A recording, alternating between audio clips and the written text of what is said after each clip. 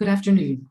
On behalf of the board and staff at IMFG, I'm delighted to welcome you to our event this afternoon on municipalities and the platform economy. Where do we go from here?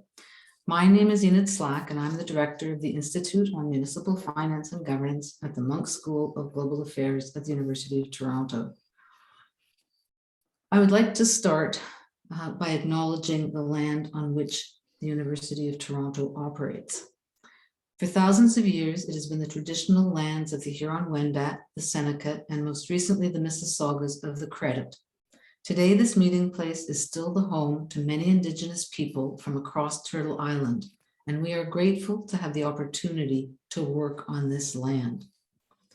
I would like to thank the external funders of the Institute, Havana Capital, Maytree, the Neptis Foundation, the City of Toronto, the region of Halton, and the region of York. I would also like to thank our team at IMFG, Thomas and Piali, for organizing this event today, and also Adam and Daria at the Monk School for their technical and event support. If you are tweeting about this event, our hashtag is IMFG Talks, and our Twitter handle is @IMFG Toronto. And of course, we encourage you to do that. Today's panel discussion is part of a series that we're hosting at IMFG of 3 events. These events are on the role of Canadian municipalities in technology and the use of data. Today, we will be talking about the platform economy. The next event in the series will be on smart city technology, and the third event will be on cybersecurity. And at the end of the 3 events, we'll put together a report to share the findings from the 3 panels. Our panel this afternoon will explore the relationship between municipalities and the platform economy, including platforms such as Airbnb and Uber, things you've definitely heard of. Panelists will delve into questions such as what are the lasting trends that will affect municipalities and what are just short-term trends? Do we need new regulations? Are there tax or user fee models that municipalities should be considering? Our moderator for today is Dr. Zachary Spicer. Zach is an associate professor in the School of Public Policy and Administration at York University here in Toronto. Before taking on that position, Zach was the Director of Research and Outreach at the Institute of Public Administration of Canada, IPAC. He has a long CV, and I'm not going to go through it, but I do want to mention that Zach was an IMFG postdoctoral fellow a number of years ago. His research focuses on local government and innovation policy in Canada. So the plan for this afternoon is to have Zach introduce the panel and the topic for discussion.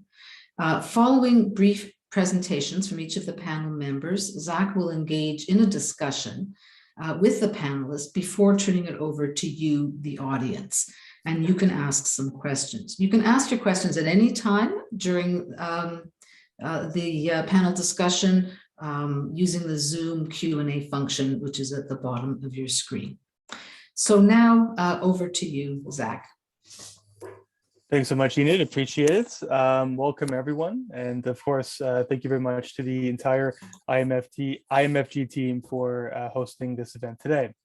As Enid mentioned, this is the first of 3 events that the IMFG is putting on to explore how municipal governments are adopting new technology and reacting to emerging digital trends.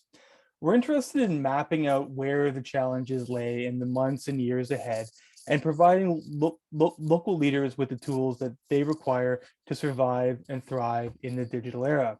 And of course, with this being the IMFG, a special focus will be on the finance and governance of the policy and regulatory approaches that municipalities take. Today is the first of those conversations, and we're focused on the platform economy. Later on, the IMFG will be hosting 2 additional panels, one on February 16th on smart city technology, data governance, and privacy, and the other on March 1st, which will be focused, as Zena mentioned, on cybersecurity, where we'll be talking about assessing a range of different cyber threats and discussing the steps that municipalities can take to keep their organizations and the public safe. There's more information on all of these events on the IMFG website, including all the relevant registration details. And I'm, of course, very happy to be moderating each of these conversations. So with that said, let's get started for today. I think that the platform economy is an interesting point to begin this series. Platform firms are certainly not new. If you are in Toronto, firms like Uber have been operating around you for close to a decade. Along the way, municipalities have needed to adjust and even experiment on the regulatory front, reacting to new enterprises that all but refuse to play by existing rules and have used new digital platforms to outpace some municipal policymakers. We've also seen how these firms have evolved and reacted themselves to a very different world that they initially set out to operate in. We've even seen some municipal governments enter into unique public-private type partnerships with platform firms to deliver traditional municipal services like public transportation. So I'm particularly curious to see how they fared and what the future might bring for this sometimes tense relationship. And I think we have a wonderful panel with us today to begin to dive into some of these issues. Betsy Donalds is the Associate Vice Principal Research and a Professor of Geography at Queen's University. She teaches, does research, and consults in the field of economic geography with a particular focus on innovation and regional economic development. Jason Rayner is the Chief Administrative Officer for the City of Windsor, where he leads a team of over 3,000 public servants and is responsible for the city's nearly $1 billion annual budget. David Walksmith is the Canada Research Chair in Urban Governance at McGill University, where he's also an Associate Professor in the School of Urban Planning and directs UPGO, the Urban Politics and Governance Research Group. A more fulsome biography of each is available on the IMFG website. Each of our panelists will begin today by sharing some brief thoughts on our topic. We'll then get into a bit of a discussion, then open the floor up for questions.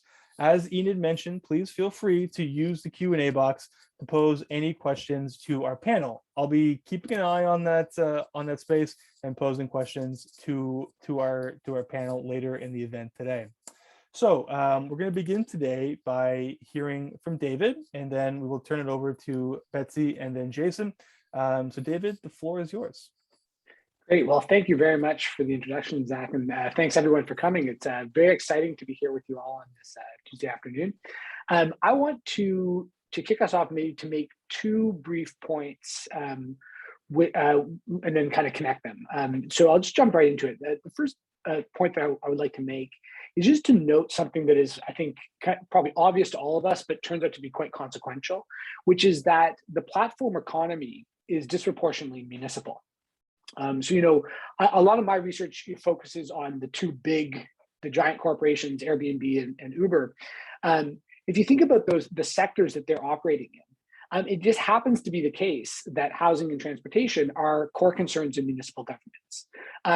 You know, I think it would be an interesting discussion about why exactly it has transpired that the big firms in the platform economy are working in areas that are, you know, kind of primarily municipally regulated. But I think it's possibly just a big coincidence, but it's a coincidence that has, you know, has a lot of impacts. Because if we think about a counterfactual where Airbnb and Uber were operating in sectors that were, let's say, federally regulated, I think what you'd see is a very, very different situation where, you know, where probably the government would be using the tax code and the CRA to think about how it wants to work with these firms, and we'd have potentially a set of unified regulations across the whole territory. Instead, we're faced with a situation where we've got hundreds and hundreds and hundreds of municipalities that are all trying to do their best. And so that means that they are dealing with more limited tools as a regulator as far as what regulations they can use. Specifically, you know, land use, business licenses, you know, are pretty core here. But they're also dealing with very serious jurisdictional issues. You know, particularly that, you know, we use this concept of regulatory arbitrage. You know, that firms can kind of when they're looking at a region, they can kind of, you know, play jurisdictions off each other. We saw this at even at the provincial scale. We see that provinces aren't immune from this. The province of Quebec tried for a very long time to play hardball with Uber, and eventually had to that buckled. But at the municipal scale, these issues can be very, very vexing because cities have a lot less ability to kind of opt out of important sectors of the economy, and they have to fear that if that they'll kind of be forced to opt out effectively if they depending on how they approach regulations. So that's big point number one, is that when we're talking about the platform economy, we're fundamentally talking about an urban issue, about a municipal issue, and that's quite meaningful from a governance perspective. The second big point I want to make to get things started here is to just to highlight the importance of the scarcity of data in the platform economy. Data is a scarce resource, and we can talk about why that's the case. I will in a second give a couple thoughts about that. But the fact of the matter is that maybe not uniquely, but certainly in large part, the lack of data around how Airbnb and Uber in particular operate makes it very hard to understand the distribution of goods and bad, the positive and the negative externalities that these firms produce, and therefore make it very hard to regulate these firms effectively. This comes up, this kind of spans a whole scale of issues where on the one hand, if you've got decision makers, policymakers who, they are sincerely trying to make proper evidence-based regulations, and they're looking around for the evidence, they're looking around in vain in a lot of cases. The evidence just doesn't exist at the standard we'd like. It also means that the political debate, which kind of necessarily, at least in my opinion, needs to kind of be the foundation of how policymaking occurs. That political debate also happens in a way which can sometimes be quite kind of divorced from good data and kind of facts we can all agree upon. So this makes regulation hard. And the last point I'll say about this, and then I'll hear from some of the other panelists, is that the scarcity of data in the platform economy is not a coincidence. The firms who operate in the platform economy want to keep data scarce. And for me, this is a fundamental point. When we think, if we think economically about the platform economy, when you think about the characteristics of something that is of a scarce resource, that's what we refer to when we think about monopolies and rent. That rent is what economic actors earn from controlling a scarce resource, kind of regardless of what else they're doing. The landlord who owns the building, and they get to they collect your rent payments every month, for example. Data plays a role very similar to rent in the platform economy, which is to say, by the firms that are able to keep data scarce are able to kind of to leverage that scarcity for their own benefit, in particular by muddying the waters around the positive and negative impacts of their firms, and therefore making effective regulation kind of harder to propose and then harder to enforce. So these two factors, the fact that the platform economy is municipal, and the fact that data is so scarce, to me, I think explain a lot of the dynamics that probably you all have been experiencing in your attempts to grapple with the platform economy, and us as researchers, I think I like to dig into. So with that, I'll pass it along. Excellent. Thanks so much, David. Now let's hear from Betsy. Well, thanks, David. You really hit the points that I also really have been grappling with, and you did such a great job doing that wonderful overview. So maybe I'll just talk a little bit about some of my own experiences too as a researcher. I agree with you that platform is disproportionately municipal, and also the data scarcity is a problem. I came at it originally a few years ago interested in the economic side. So I was really interested in how platforms were targeting sectors that traditionally have been considered non-traded or derivative sectors, where the money mostly stays in the local economy. And now all of a sudden we had this phenomenon where these very localized sectors were becoming globalized and integrated. And you could really see the impact that was having on especially small municipalities where, when Uber came in, or Airbnb or any of these other platforms, they have such an impact on these local economies when the local money is no longer just generating locally. And I'm sure we've all faced this when we've been ordering from our platforms, knowing that we're also paying a commission and a booking fee, and we know that money is going out of the country. On the other hand, we don't actually know how much is going, and then we don't know what money's coming back in terms of technological innovation or other things. So that's something that I've been really interested in, and as a researcher have been grappling with in terms of getting good data for that. Like many researchers, COVID hit, and all of a sudden our team sort of had to pivot because we realized that mobility had stopped. And we sort of went from ride hailing to food hailing to, all kinds of goods and services hailing. And we wanted to kind of start tracking that and feel useful to our local community. So almost 2 years ago, thanks to the inspiration of Dr. Shauna Braille, who many of you know, I work closely with her on research. She had been doing a COVID tracking, a dashboard in the city of Toronto. And I asked her if it was okay if I did the same in Kingston, and she was able to give me some of her great takeaways. So we started working very closely with the city of Kingston, the Kingston Economic Development Corporation, and the city of Kingston to develop a dashboard with the latest data sets where we could look at the impact of COVID on business resilience, employment, community vulnerabilities and support, mobility, environment, sustainability, housing, and cultural heritage. And we have started building up with our partners a very hopefully robust, incredible data set. Working with Stats Canada, but also other public and private sources. We've also been working with the Centre for Advanced Computing at Queen's, which is a very nationally recognized secure site, which is another theme that I know Zach's mentioning will be discussed later in this panel, but that's really important too, to build trust around data. But I guess the key takeaways from this research that we've started with the city and has been carefully working with them over the last year and a half, and hopefully we'll have more results in a couple months. Partnerships really do matter in the platform economy with municipalities. We don't just mean that hollow, but we actually mean it. It takes trust, it takes relationship building. It's especially as a researcher in a research institution, a university, colleges, you need to have these good partnerships with the city, requires data sharing agreements, a sense of secure data management. Second of all, the private sector needs to be one of these players.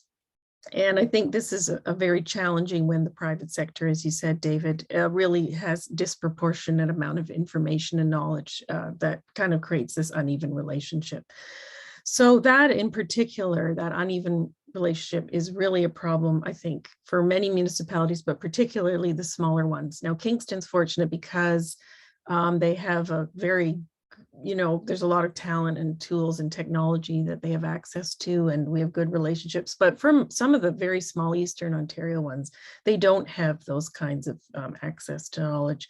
And then the fourth point, of course, is just the lack of publicly shared data is really a vexing issue for all of us. And it's something that I know stresses out our national statistic agencies. And it's maybe something finally that we could think about how there's many things that have to stay local, but what aspects of the platform economy can we scale up? And it may be this data question I think we could think about. This is another example of where technology is moving way faster than the regulatory policy or research environment. So we've got to think creatively about how to go forward. I'm at my 5 minutes, so I'll go to the next panelist.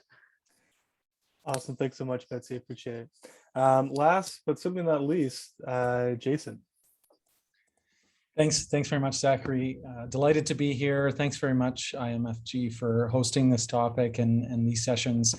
I always get a lot out of them, especially when I'm on a panel with experts like this. So, I'll apologize if I have to, that I'm the practitioner perhaps, and very dirty hands in the mud trying to figure, that sounded wrong. But anyway, you know what I mean, trying to figure this out. So happy to share a couple of insights, learnings, I guess, from trying to work through this from the city manager perspective.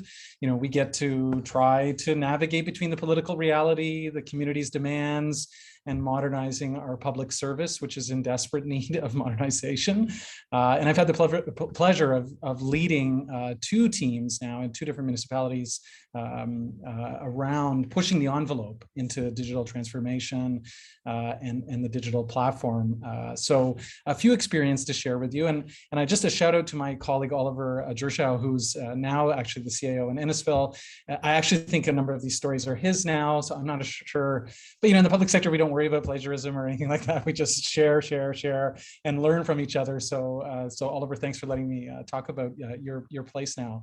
But perhaps picking up on Betsy's point about the partnership requirements, I think it's critical. We cannot possibly do what's needed at the pace that's needed with the expertise that's required if we don't enter into some of these partnerships. So I want to talk a little bit just with my introductory comments about perhaps negotiating and being a part of those triple P kind of agreements.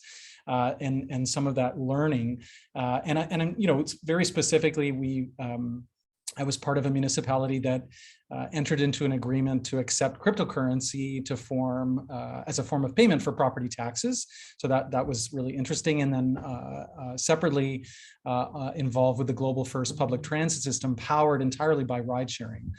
So I have some experience in this area. And the first thing I would say that we learned through this experience was that tech startups and even global app platform companies, they negotiate very differently with municipalities, or I should say, municipalities are used to negotiating and entering into agreements that look a certain way and feel a certain way. T's are crossed, I's are dotted, risk is managed, communications are planned, so they don't end up on the front page of the paper, this kind of thing. And the experience, of course, we had with the ride-sharing company that you all know was that they committed to things before they had invented them. So, we're having this conversation about, we really want to manage accessibility. We want to make sure that it serves the demographic, a wide demographic in terms of ride sharing and all of this kind of stuff. How do we get teenagers into vehicles? How do you actually practically do some of these things that the public interest is served with? And the commitment level came, 100% we can do that. That's a great idea. We'll deliver that, within weeks.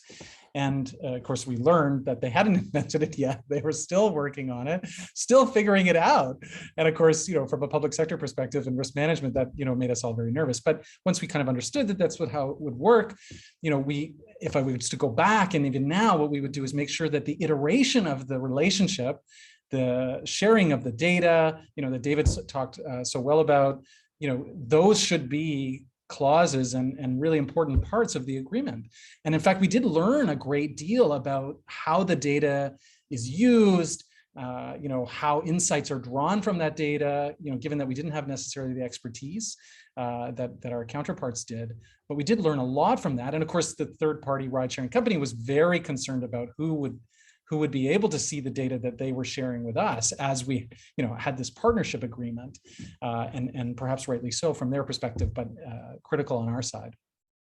The other thing I think is that we often entered into traditional sort of triple P kind of thinking with, and I'm going to offend people with this comment, but I think the government tries to transfer all the risk to the private side. The private side then, attempts to compensate for that absorption of risk, and you get a lot of transactional costs involved. My colleagues at IO, Infrastructure Ontario, would really disagree with me probably. But anyways, my observation is that there's sometimes, quite a bit of transactional costs associated with these things. But I think we can create better and more dynamic agreements that can evolve as we learn together in these partnerships.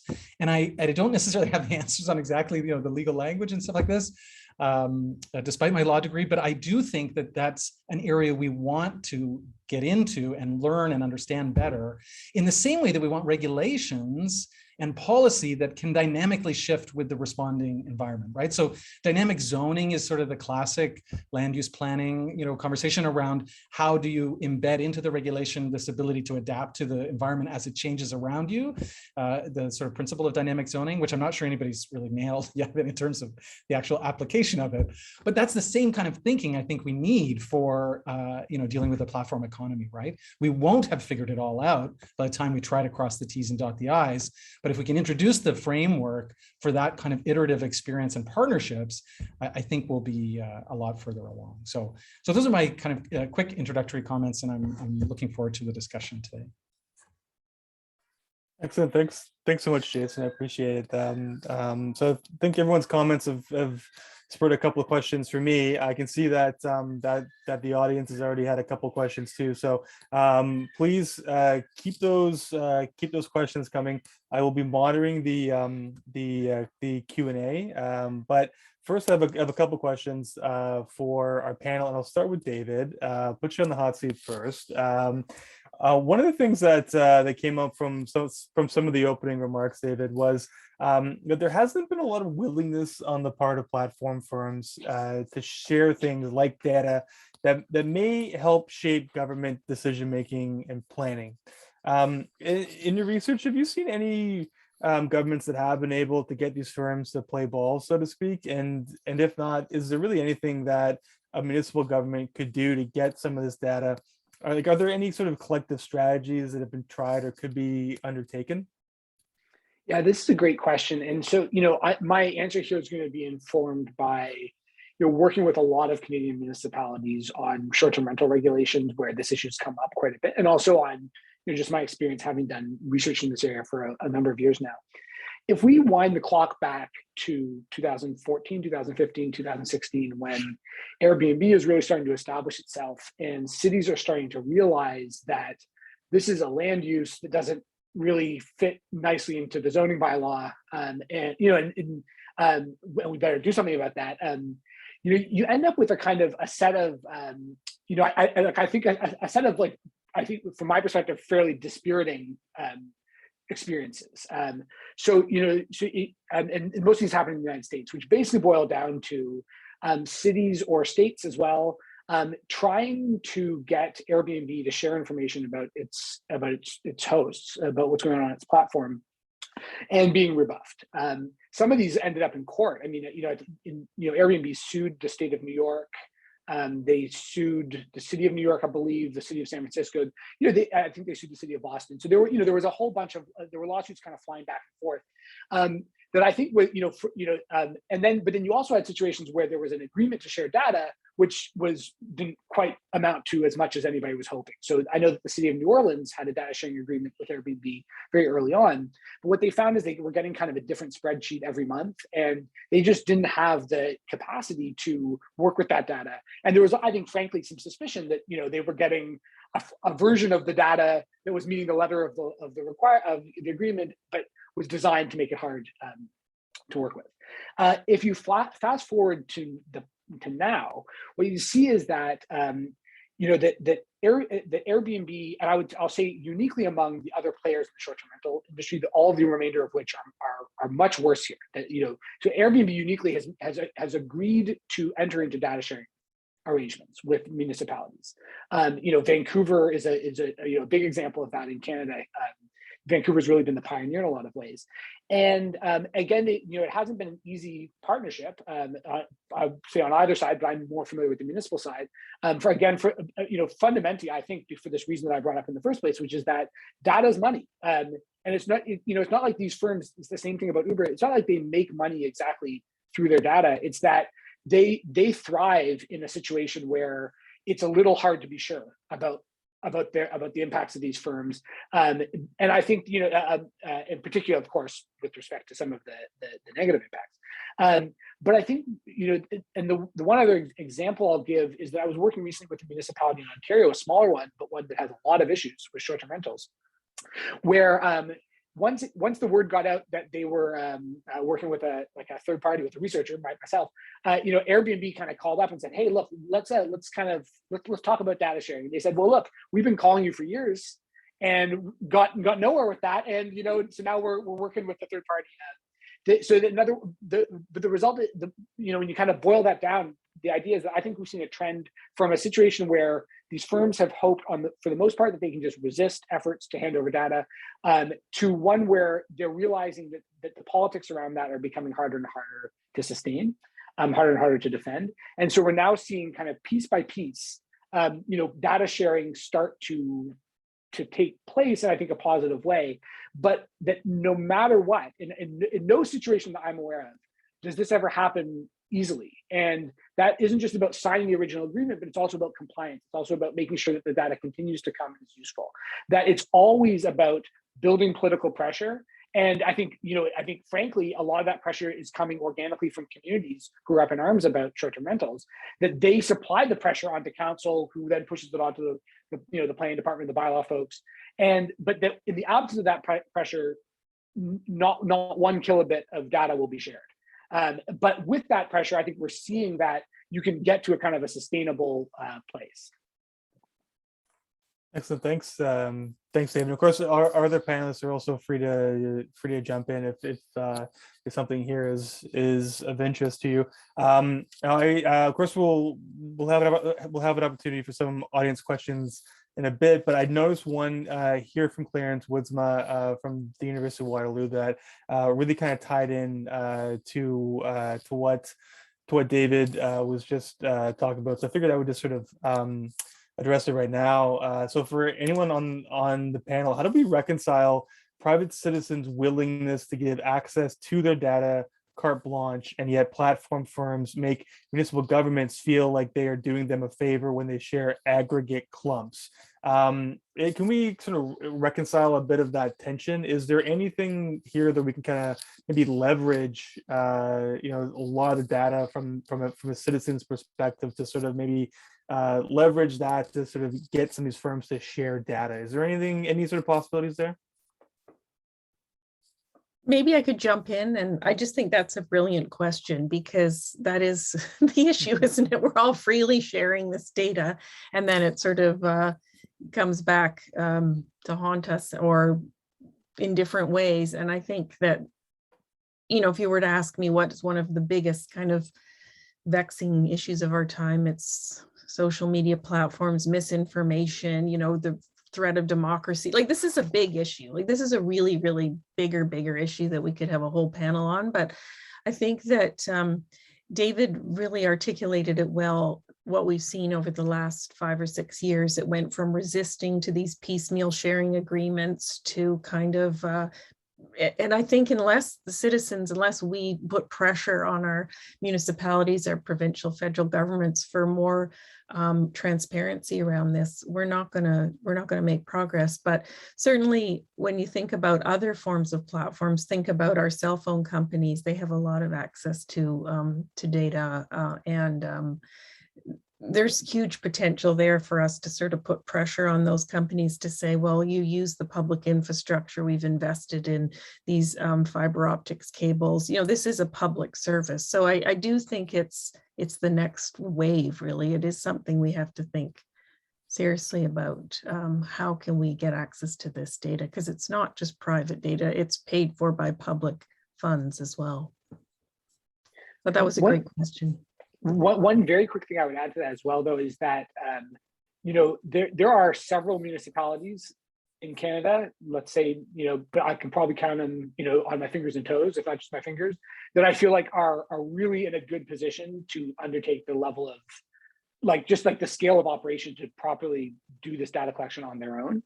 And then there are hundreds and hundreds which aren't. So for me, I just can't imagine a proper answer to the question of data collection and frankly, just kind of like putting the infrastructure in place to work with that data properly that doesn't involve the provinces. Again, because, and this is one of the reasons why I brought up at the outset, the fact that there are these kind of border issues where, you've got cities that exist within metropolitan regions where the issues don't stop just because you cross the border. But if we're talking about totally separate data collection, data processing, registration regimes, it's, the best we're ever going to hope for is maybe the big cities and some of those savvy or very highly affected, mid-sized ones are able to come up with something effective, and everybody else kind of hopes for the best. Excellent. Thanks, David. So if I can just turn back to Betsy for a quick second, I'm going to kind of to switch topics a little bit, but as I mentioned from the outset, that we're about 10 years removed from Uber's first entry into Toronto's local transportation market. And I recall that at that time, there were some fairly dire warnings about if things like industry displacement, economic hardship, if firms like Uber were allowed to sort of take root. Given that we now have the ability of time to sort of evaluate this period on several different communities, how have these predictions fared over time? What are some of the impacts of the platform economy at the community level?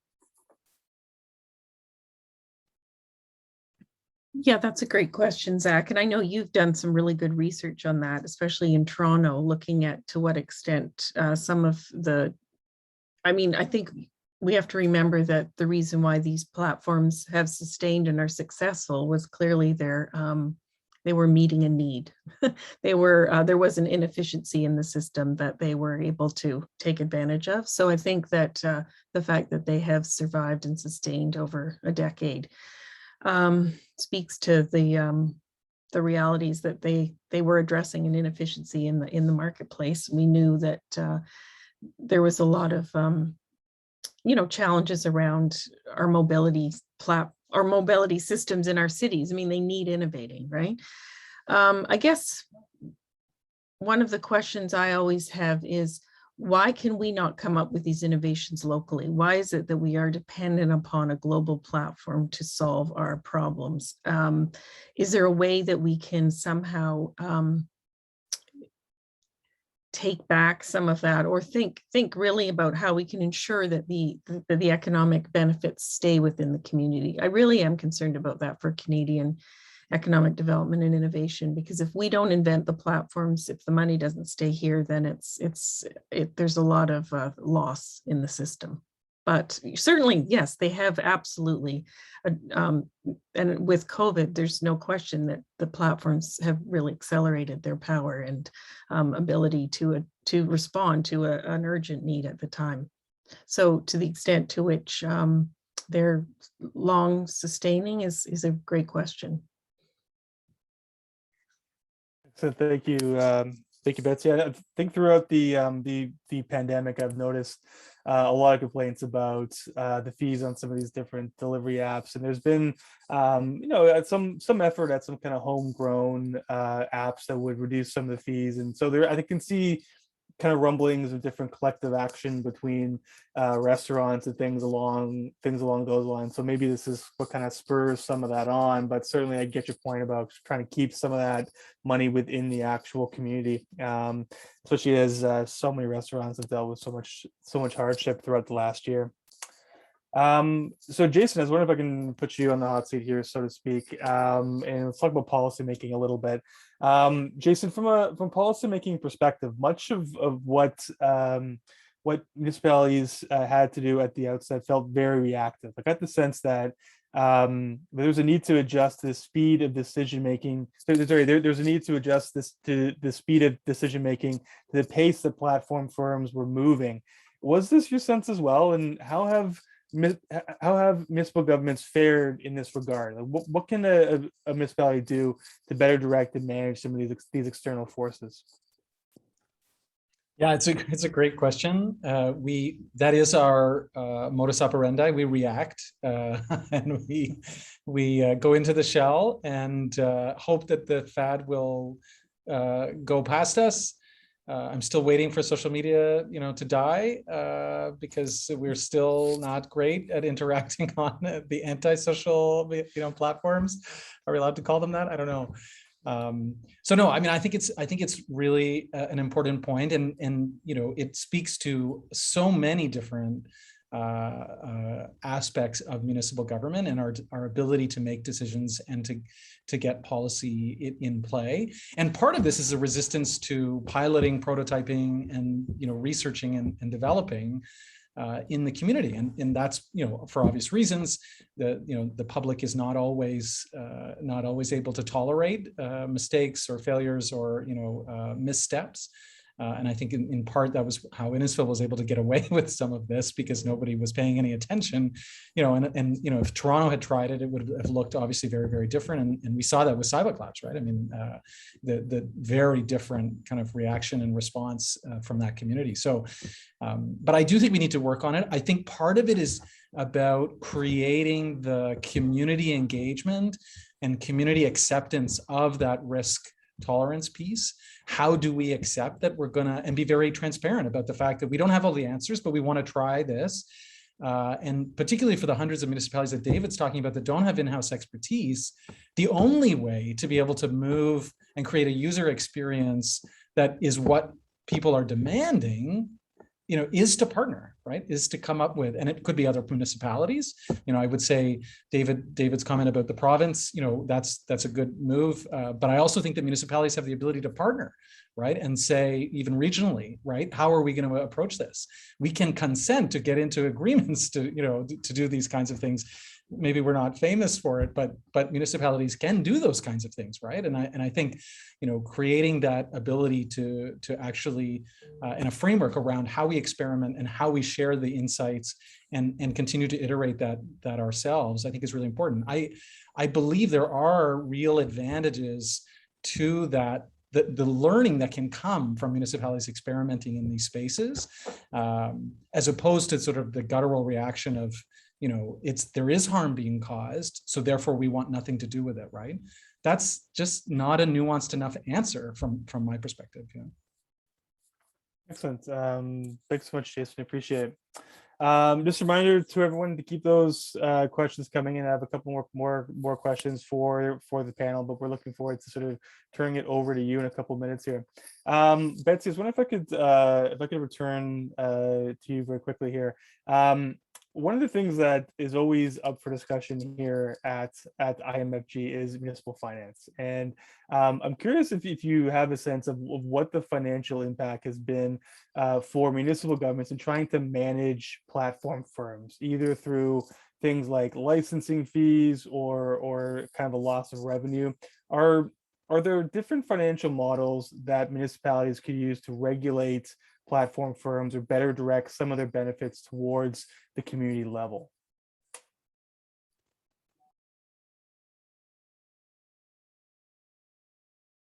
I'm actually going to pass that one over to you, Zach. It's something that I haven't been doing deep research on.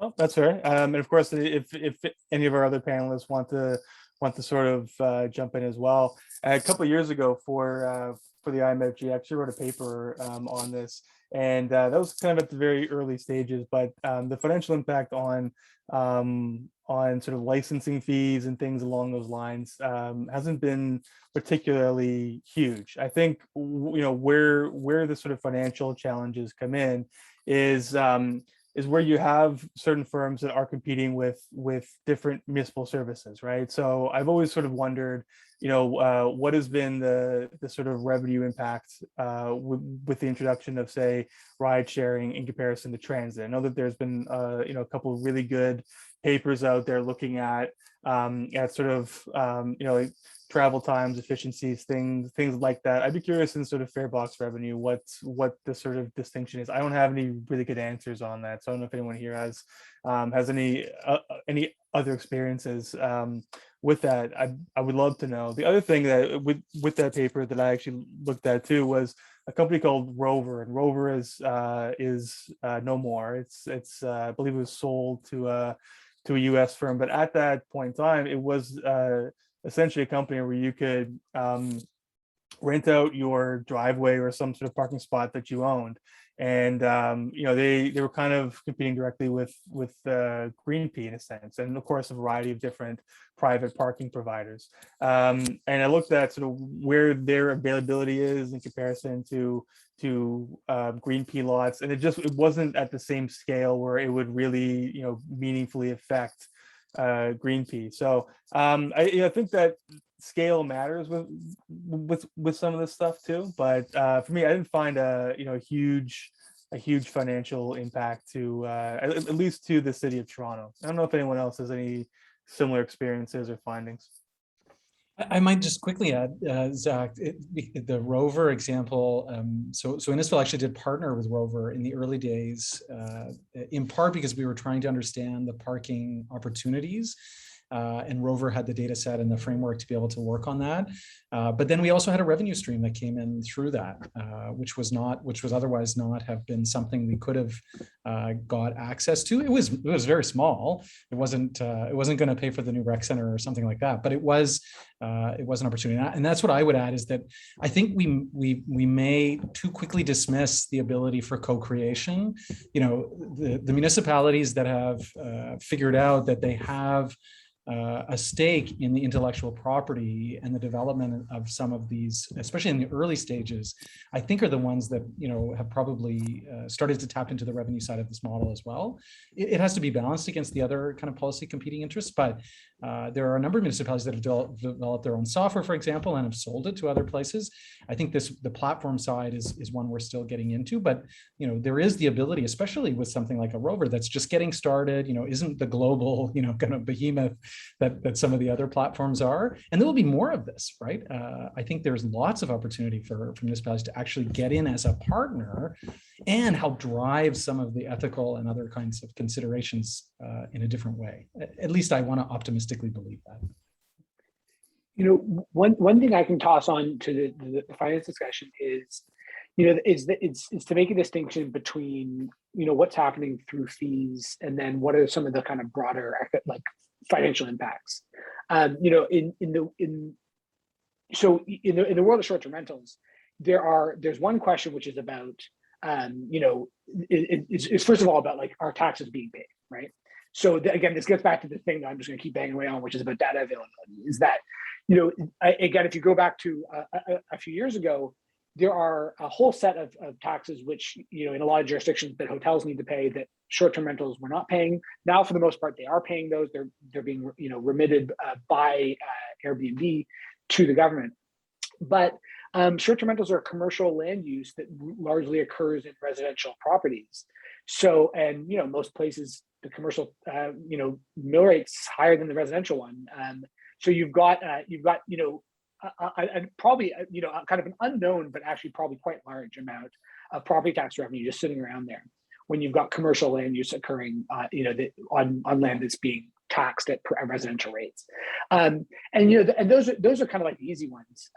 The situation gets harder when you think about the fact that that there's there's a zero-sum situation between the housing, which implies residents who pay taxes and also of course use services, and residential properties that turn into effectively housing for non-local residents who aren't paying those taxes, who that cities have a certain expectation of, we have zoned residential property for housing development and the infrastructure needed to maintain that.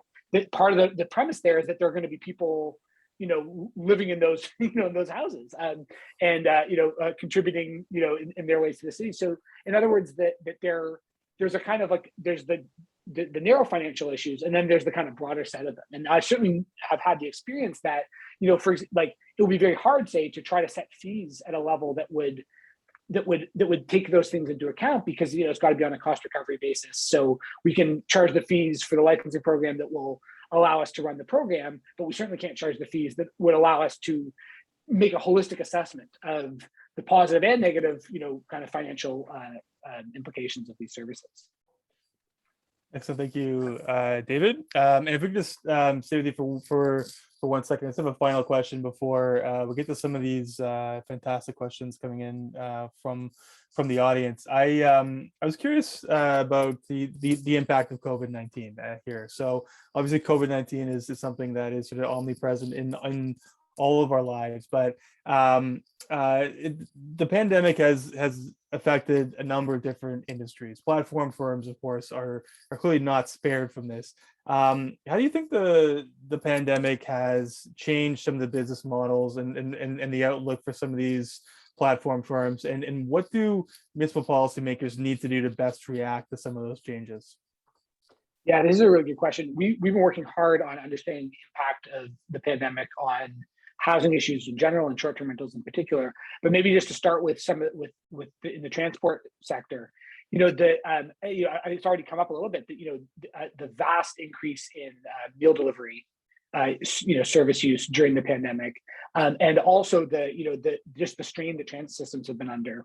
That basically that there are a set of kind of predictable in retrospect, but not really foreseeable transformations in people's lives that have had these kind of knock-on effects into these areas of the platform economy.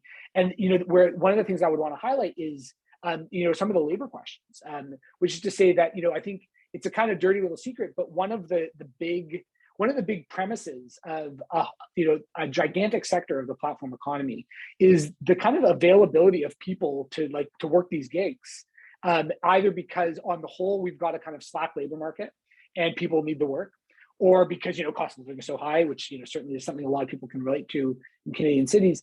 But the one way or the other that the system kind of relies on there being people around willing to drive the cars and do the deliveries. And the pandemic, I think really exposed a lot of inequality of how that system works, in the sense of people who are kind of able to work from home and be spared from risk versus people who were kind of out there in the Ubers and were not spared from that risk. So that's one side of it that I think is pretty important. On the short-term rental side, what I'll say is that the research I've been doing for years, one of the bottom lines of it has just been to try to put some numbers to what the housing market impacts of short-term rentals have been. And it's always been very hard to do that work because, I've effectively have to point to fancy spreadsheets and kind of say, please trust me here. But during the pandemic, we've been able to track, like 10,000 Airbnbs that moved over to Craigslist and Kijiji as long-term rentals in the big cities in Canada. And we can prove it because we're looking at the photos. The same photo advertising an Airbnb last year is now advertising a Craigslist long-term rental this year, which really speaks to just how profound, the kind of upheaval in that sector has been because of the decline in tourism.